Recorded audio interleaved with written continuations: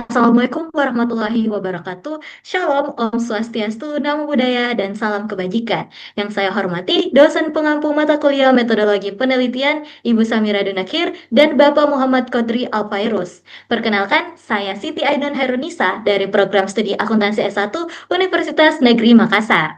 Nah, pada kesempatan ini saya akan mempresentasikan proposal penelitian saya yang berjudul Pengaruh Audit Tenur dan Audit Nilai terhadap Kualitas Audit pada perusahaan subsektor infrastruktur yang terdaftar di Bursa Efek Indonesia tahun 2020 hingga 2024. Di mana proposal ini tersusun dari 3 bab, dimulai dari bab 1 pendahuluan. Next. Next lagi. Nah, laporan keuangan merupakan sarana komunikasi penting antara perusahaan dan para pemangku kepentingan. Karena melalui laporan tersebut, pengguna dapat melihat kondisi keuangan, kinerja, serta prospek perusahaan.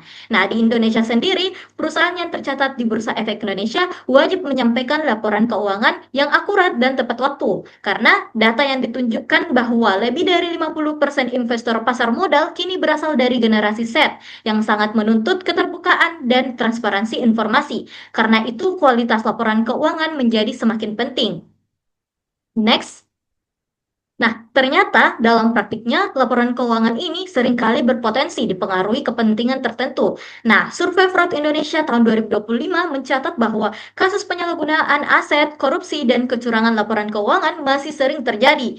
Dan ternyata dapat dideteksi oleh auditor eksternal sebanyak 6%. Nah, dari sinilah auditor eksternal memegang peranan penting, karena auditor itu bertugas menilai kewajaran laporan keuangan secara independen. Nah, sehingga hasil audit dapat meningkatkan kepercayaan publik dan menjadi dasar pengambilan keputusan yang lebih tepat. Next.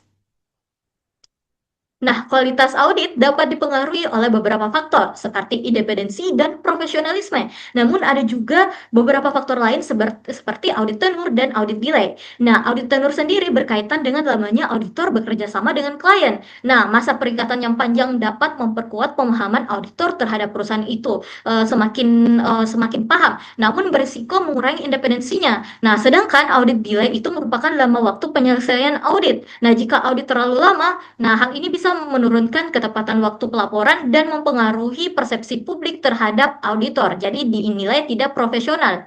Nah, next.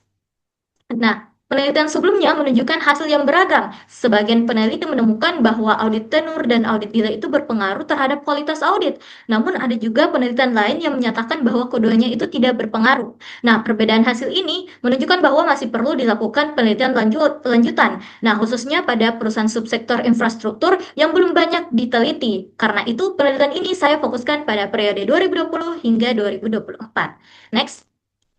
Nah, berdasarkan latar belakang tadi, rumusan masalah yang pertama, apakah audit tenur berpengaruh terhadap kualitas audit? Lalu yang kedua, apakah audit nilai berpengaruh terhadap kualitas audit? Lalu yang ketiga, apakah audit tenur dan audit nilai secara simultan berpengaruh terhadap kualitas audit? Next. Nah, sejalan dengan rumusan masalah tadi, penelitian saya ini juga bertujuan untuk mengetahui pengaruh audit tenur, audit nilai, serta pengaruh keduanya secara simultan terhadap kualitas audit pada perusahaan subsektor infrastruktur yang terdaftar di Bursa Efek Indonesia periode 2020 hingga 2024. Next. Nah, ada pula manfaat penelitian yang dimana penelitian saya ini juga diharapkan memberikan yang pertama, manfaat teoritis sebagai tambahan referensi di bidang auditing mengenai faktor-faktor yang mempengaruhi kualitas audit. Lalu yang kedua, secara praktis penelitian ini juga dapat bermanfaat bagi para peneliti dalam menambah wawasan dan juga bagi auditor sebagai bahan pertimbangan peningkatan kinerja audit, serta bagi investor sebagai informasi tambahan dalam menilai kualitas laporan keuangan perusahaan. Next. Nah, bab 2, tinjauan pustaka dan kerangka konseptual. Next.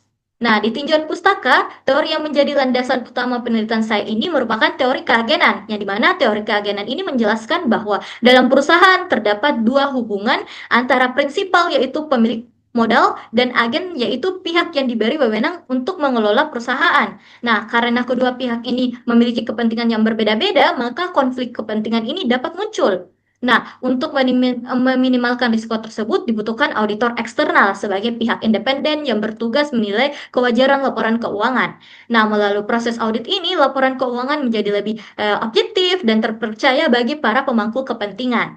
Nah, ada pula audit tenur, yaitu variabel pertama yang digunakan dalam penelitian saya, yang dimana audit tenur ini lamanya hubungan kerja antara kantor akuntan publik dengan kliennya dalam melakukan proses audit laporan keuangan. Nah, periode kerjasama ini diukur berdasarkan jumlah tahun berturut-turut auditor melakukan audit pada perusahaan yang sama. Nah, sedangkan ada juga audit delay, variabel kedua dalam penelitian ini, yang dimana audit delay ini rentang waktu yang dibutuhkan oleh auditor sejak akhir tahun buku, yaitu 31 Desember hingga tanggal laporan audit ditandatangani. Nah, lalu yang terakhir ada kualitas audit, yang merupakan kemampuan auditor dalam memberikan opini yang andal atas laporan keuangan perusahaan. Nah, dalam penelitian ini, kualitas audit ini diukur menggunakan opini audit, terutama apakah perusahaan memperoleh opini wajar tanpa pengecualian atau tidak. Nah, opini WTP ini dianggap sebagai indikator bahwa laporan keuangan telah disajikan secara wajar dan sesuai standar akuntansi yang berlaku. Nah, next. Berdasarkan teori dan penelitian terdahulu, kemudian saya menyusun kerangka konseptual yang dimana menggambarkan hubungan antara audit tenur, audit delay, serta terhadap kualitas audit. Nah, audit tenur dan audit delay berperan sebagai variabel independennya, sementara kualitas audit ini menjadi variabel dependennya. Nah, dari kerangka ini saya menyusun 3 hipotesis. Yang pertama, audit tenur berpengaruh secara positif terhadap kualitas audit, lalu yang kedua, audit delay berpengaruh negatif terhadap kualitas audit, lalu yang terakhir, audit tenur dan audit delay berpengaruh secara simultan terhadap kualitas audit. Next. Nah, bab 3 metodologi penelitian. Next lagi. Nah, di sini saya hanya menampilkan model penelitian saya karena bisa menggambarkan secara keseluruhan dari bab 3 saya. Jadi, istilahnya itu ringkasan dari bab 3 saya. Nah, yang dimana penelitian saya ini menggunakan pendekatan kuantitatif, di mana subjek penelitiannya adalah perusahaan subsektor infrastruktur yang terdaftar di Bursa Efek Indonesia. Data yang saya gunakan ini merupakan data sekunder yang sumber langsung dari laporan keuangan tahunan serta laporan auditor independen. Lalu untuk sampelnya diperoleh menggunakan teknik purposive sampling, yaitu pemilihan sampel dengan kriteria tertentu, di mana kriteria yang saya gunakan ini perusahaan infrastruktur yang mempunyai laporan keuangan lengkap dari periode 2020 hingga 2024. Lalu untuk metode analisisnya saya menggunakan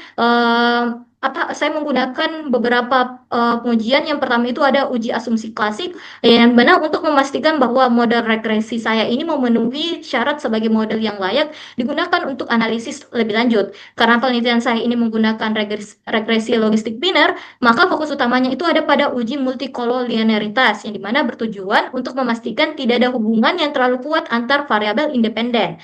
Nah, lalu yang kedua, setelah model dinilai memenuhi syarat, lalu dilanjutkan dengan analisis regresi logistik biner, karena variabel dependen saya itu berupa data kategori yaitu 0 atau 1. Nah, dari regresi logistik biner ini dapat diketahui apakah audit tenur dan audit delay ini mempengaruhi kemungkinan perusahaan memperoleh opini WTP. Nah, yang terakhir ada uji hipotesis, di mana ada 2 uji yang akan dilakukan, yaitu omnibus test untuk melihat pengaruh kedua variabel independen secara simultan terhadap kualitas audit. Nah, sedangkan untuk uji variables in the equation untuk mengetahui pengaruh masing-masing variabel secara parsial. Next. Nah, demikian pemaparan proposal penelitian saya. Mohon maaf apabila terdapat kesalahan dari dalam proposal maupun dalam penyampaian saya. Karena saya juga masih dalam proses belajar dan akan terus belajar untuk menjadi lebih baik ke depannya. Terima kasih saya ucapkan kepada Bapak dan Ibu dosen pengampu. Wassalamualaikum warahmatullahi wabarakatuh.